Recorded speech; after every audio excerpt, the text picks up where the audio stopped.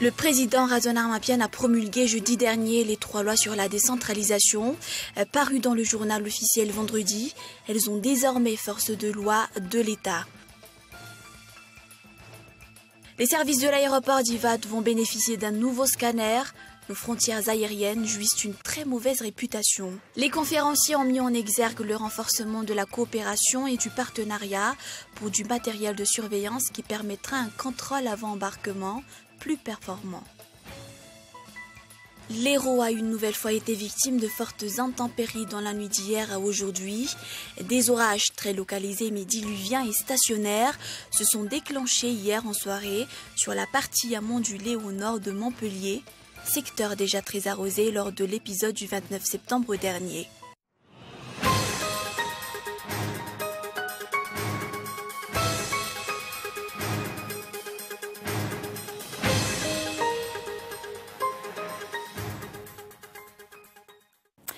Bonsoir à tous, bienvenue dans cette nouvelle édition du journal en version française sur Cool TV. La mouvance Ravaloumana est en conclave en Afrique du Sud. Les députés Anch Razafmanansou et Giri Vranjenarsou débattent actuellement avec l'ex-président sur la forme que prendra l'opposition de la mouvance au régime après la rupture de l'alliance avec Razon Armapian annoncée par Marc Ravaloumana.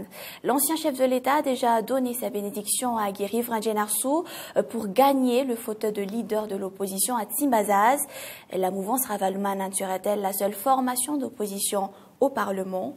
Reportage. Le pouvoir HVM a démonté le bureau permanent installé par le MAPAR Pro-Radzuel à l'Assemblée nationale.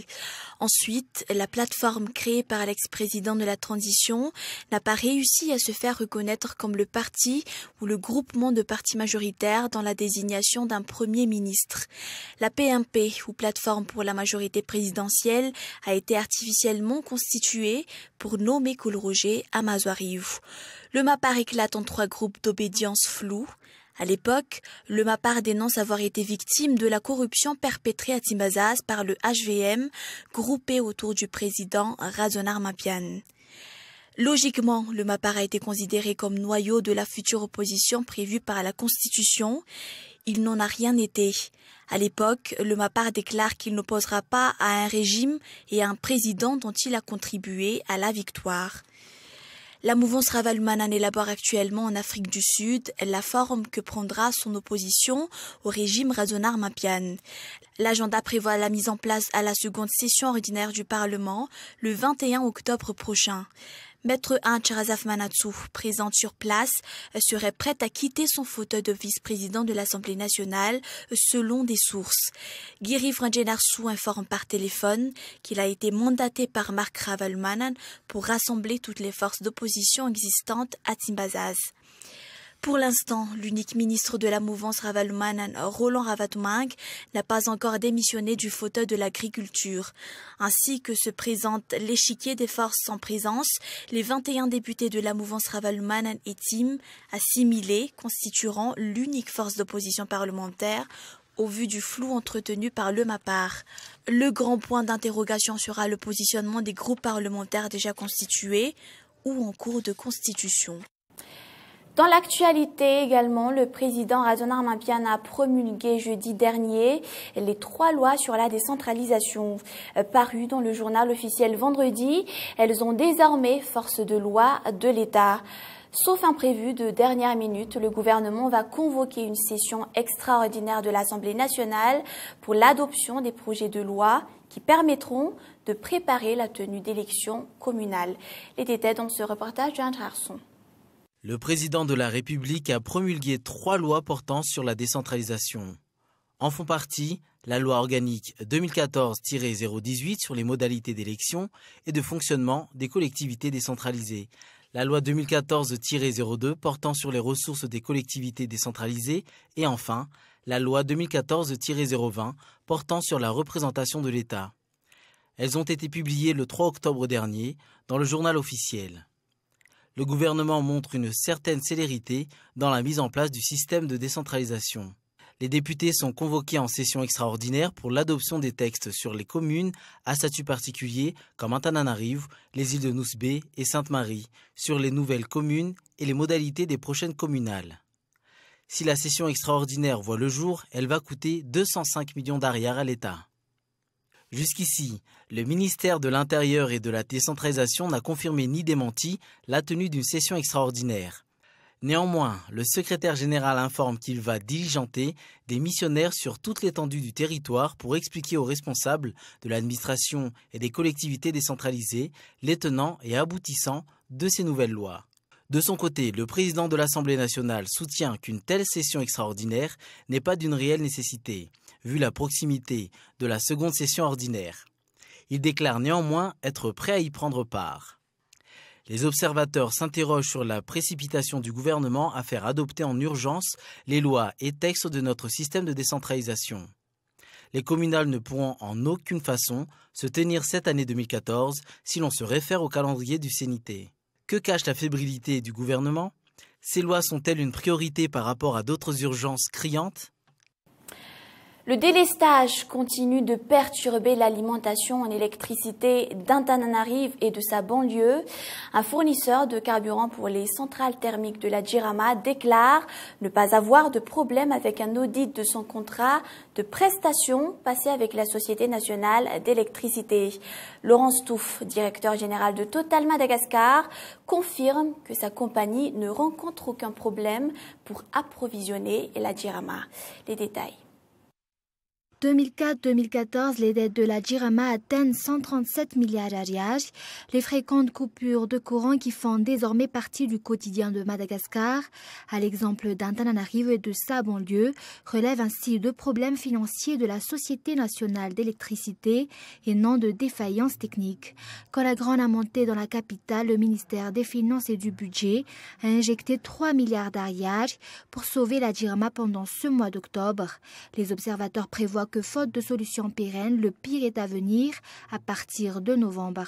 Interrogé sur la question, Désiré Rachid, directeur général de la Jirama, choisit d'attendre les résultats des négociations actuellement menées avec les pétroliers fournisseurs de la Société nationale.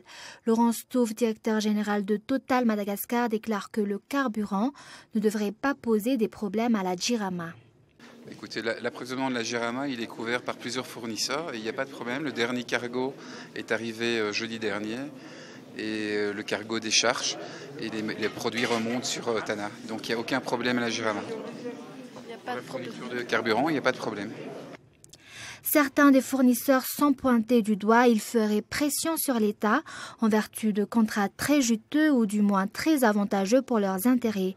La compagnie Total Madagascar ne trouve aucun problème à un éventuel audit des contrats. Total est le fournisseur principal de carburant pour les centrales d'Antananarivo et les sites interconnectés. De l'audit de la Jirama, je pense que toute société, doit recevoir par moment des audits.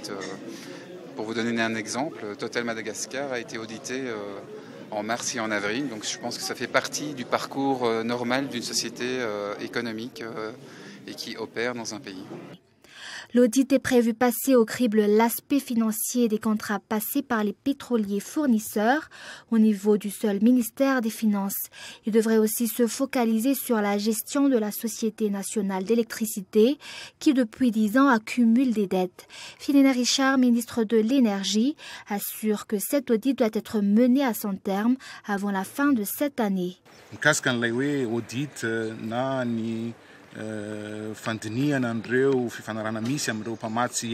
Concernant l'audit annoncé sur les contrats de partenariat de la Jirama avec les sociétés fournisseurs d'énergie, effectivement, cela fait partie de notre engagement avec la Banque mondiale. Donc, ce sera fait dans les plus brefs délais, avant même la fin de cette année.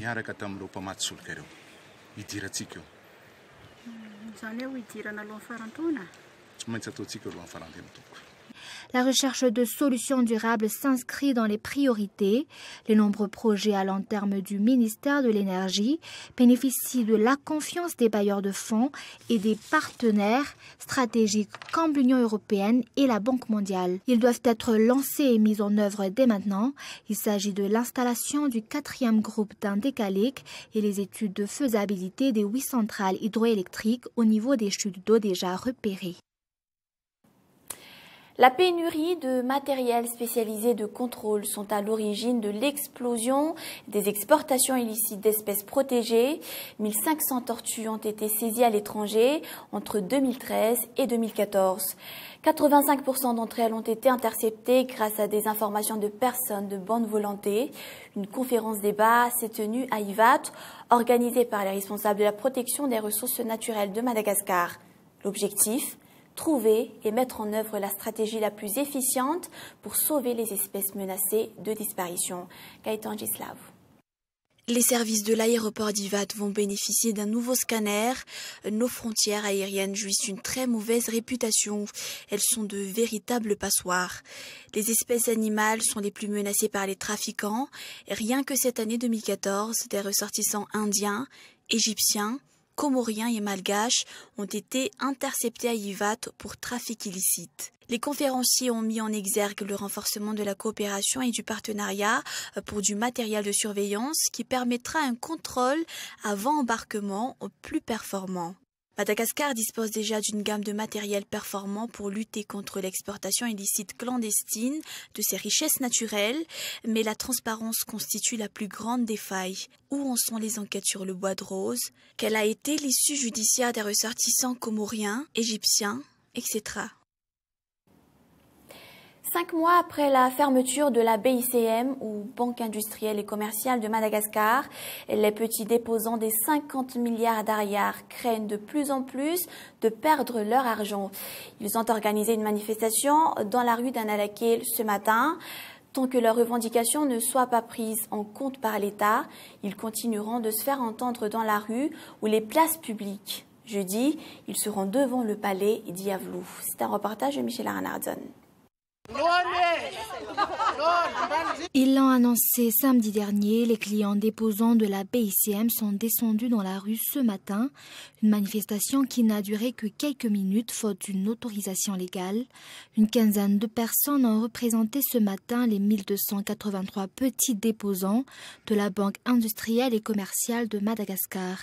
Oui, donc comme nous avons donc déjà prévu, nous en avons parlé depuis la semaine dernière, de notre descente dans la rue aujourd'hui pour que on nous entende. Donc nous avons profité ce matin de l'inauguration donc de la semaine du foncier par Monsieur le Président de la République pour montrer une fois de plus notre demande au fait de paiement de notre argent qui a déposé à la BICM. Ils ont profité du passage du président de la République Eradunarman Piana à Nalakil pour brandir des banderoles de revendication. Aucune intervention des forces de l'ordre n'a été constatée. Malgré tout, les clients de la BICM se plaignent et haussent la voix. Dans un premier temps, l'objectif de notre manifestation, c'est d'apporter au vu et au su de tous les citoyens malgaches que nous ne demandons ni la charité, ni d'autres avantages. Nous réclamons ce qui nous est dû. L'argent, notre dépôt, nous appartient, c'est notre bien. Alors, on s'adresse aux responsables pour qu'on nous réponde au plus vite parce que déjà, l'attente nous cause des dégâts aussi moraux que financiers que matériels. Donc on clame aux responsables de nous apporter une réponse positive à notre revendication.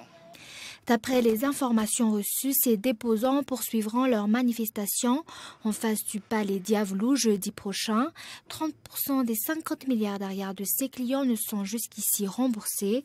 Le doute traîne sur l'avenir du reliquat. L'enquête sur les raisons de la fermeture de la banque piétine. Sur le plan économique, cette fois-ci, 500 investisseurs seront attendus lors du Forum des investisseurs à Madagascar au mois de décembre prochain.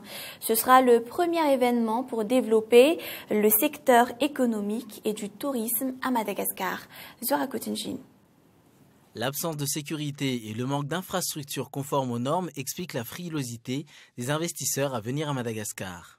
Le Forum international des investisseurs à Madagascar et en Afrique est conçu pour renverser la tendance.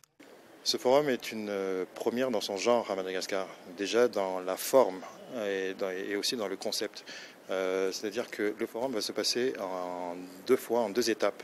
La première étape se passe sur les 2 premiers jours, donc le 4 et le 5 décembre. Ça se passera au CCI Ivato. Et le 6 décembre, par contre, nous nous retrouverons avec des secteurs bien précis en province pour le commerce et l'industrie à Tamatave et pour le tourisme, l'infrastructure et les transports à Nosibé. Alors ce forum est une initiative privée, purement privée. Les participants sont des participants aussi bien nationaux qu'internationaux. Et dans internationaux, il y a bien entendu aussi donc, les Africains, car nous cherchons aussi à favoriser en fait, les échanges sud-sud, d'une part, et de l'autre, permettre donc au sud de rencontrer des investisseurs aussi bien qui viennent du sud que du nord. Pour sa première fois, le Forum international des investisseurs touchera les régions d'Antananarivo, de Thomasne et de Nosibé. Le développement de l'économie, surtout le secteur du tourisme, sera priorisé. L'augmentation du budget de l'État malgache jusqu'à 50%, tel est le but de cet événement. Depuis longtemps, les investisseurs malgaches n'ont pas réussi à se faire une place dans le secteur à Madagascar. Les 2/3 du marché sont occupés par les étrangers. En 2011, l'investissement des étrangers à Madagascar a atteint 907 millions de dollars. Actualité sportive, la voiture Citroën Saxo Cool FM Cool TV participera au 14e tour de Tana. Rapetafk Daniel sera au volant avec le copilote Raduel Herzou. Ils parcourront le groupe M10 avec une voiture moins de 1600 cc pour 308 km. Le coup d'envoi de la première manche du championnat sera lancé vendredi dans le village du Père Pedro, à Bouimagakel, à Manakaval, à Carillon et à Beraven, tandis que la seconde manche passera par Miadamazak et Anzev et la troisième manche à Antelumit dimanche. Tout cela est fruit du partenariat de Cool TV avec les pilotes de course, un partenariat sur le plan de l'éducation des jeunes, mais également de la préparation des juniors. Près de 300 personnes ont trouvé refuge dans la nuit d'hier à aujourd'hui dans des gymnases après la brusque montée des eaux au nord de Montpellier. La région a été touchée par de violents orages et des inondations sans faire quand même de victimes. La vigilance aux crues a été levée dans la matinée de mardi, aujourd'hui donc dans l'Hérault. C'est un reportage de France 24.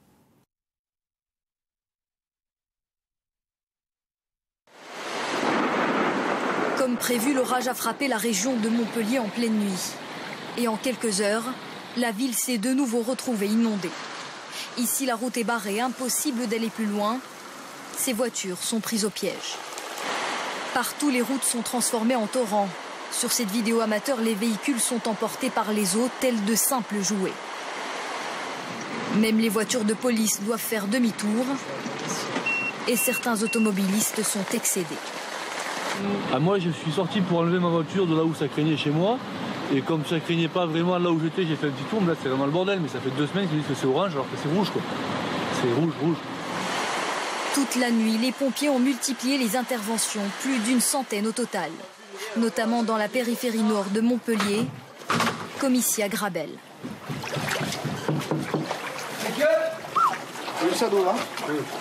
Pour les secouristes, une mission, vérifier que personne n'est coincé. On s'est quitté, madame. Ça va? J'ai eu très peur. Oui. Ben voilà, non, mais l'important c'est que vous soyez au sec à l'étage. Ça va? Il y a eu des maisons où il y avait plus d'un mètre 80 d'eau. Heureusement, pour la plupart des gens, il y avait des maisons avec des étages, donc ils ont pu se réfugier soit dans les combles, soit au premier étage. Dans cette maison, l'eau est montée très vite. Apocalypse, voilà. Les habitants ont été pris de court. On a essayé de sauver un maximum de choses et puis on est monté à l'étage. On a 2 chiens, on a 2 chats, on a un lapin Et voilà, et après, on ne savait plus quoi faire. Tout est noyé, endommagé. Et c'est pareil chez les voisins. Alors on s'entraide pour nettoyer comme on peut, les pieds dans l'eau, même pour ceux qui ont pensé à s'équiper un minimum. Là, j'ai les bottes pleines d'eau. Pour beaucoup, c'est la deuxième fois en une semaine qu'ils se retrouvent sous les eaux après les inondations de lundi dernier. Près de 300 personnes ont dû passer la nuit dans ce gymnase transformé en centre d'accueil. Une aide-soignante espagnole qui avait traité 2 missionnaires morts de la fièvre Ebola dans un hôpital à Madrid a contracté le virus, a annoncé aujourd'hui le gouvernement espagnol, confirmant la première contamination connue hors d'Afrique. L'aide-soignante a été hospitalisée dans une unité spécialisée de l'hôpital d'Alcorcón, un faubourg sud de Madrid, après 2 tests positifs au virus d'Ebola. Elle était partie en congé au lendemain du décès du prêtre et n'a pas repris son travail depuis lors. C'est toujours un reportage de France 24. Un transfert sous haute escorte. Lundi soir en banlieue de Madrid, à bord de l'une de ces ambulances, l'infirmière espagnole de 40 ans infectée par le virus Ebola. C'est le premier cas de contamination hors d'Afrique de l'Ouest et sur le sol européen. Son contact le plus proche, en l'occurrence son mari, puisqu'ils n'ont pas d'enfant, est en ce moment contrôlé et nous avons décidé de le mettre en quarantaine pour un meilleur suivi. C'est à l'hôpital Carlos III que l'aide-soignante aurait été contaminée. C'est là, confirment les autorités espagnoles, qu'elle a soigné le mois dernier un prêtre atteint par le virus. La patiente est partie en vacances le lendemain du décès du patient, le père Garcia Viejo. Elle a commencé à se sentir mal la nuit du 30 septembre et a contacté les services de prévention. Elle est suivie depuis. Le père Garcia Viejo, médecin et directeur d'hôpital en Sierra Leone, avait été rapatrié le 22 septembre dernier. Il meurt 3 jours plus tard. Selon l'hôpital, l'infirmière ne serait entrée que 2 fois dans sa chambre. En août dernier, elle avait également traité un autre missionnaire, Miguel Pajares, le premier à avoir été rapatrié après avoir contacté le virus au Libéria, décédé lui aussi. À chaque fois, les autorités espagnoles assurent avoir suivi un strict protocole de mise à l'isolement. Le ministère de la Santé, les administrations de la santé publique et l'aide sanitaire de la communauté de Madrid travaillent de façon coordonnée pour aider de la meilleure manière qui soit la patiente et garantir la sécurité des citoyens. Un message en direction notamment des personnels soignants de l'hôpital Carlos III, eux aussi suivis pour avoir été en contact avec les prêtres décédés. Votre série Mistresses juste après ce journal, suivi comme à chaque fois de 2 films, Thérapie de couple et Eden Lake. Fin de ce journal, merci de nous avoir suivis. Prochain rendez-vous de l'information demain à partir de 20h45. Au revoir et bonne soirée à tous.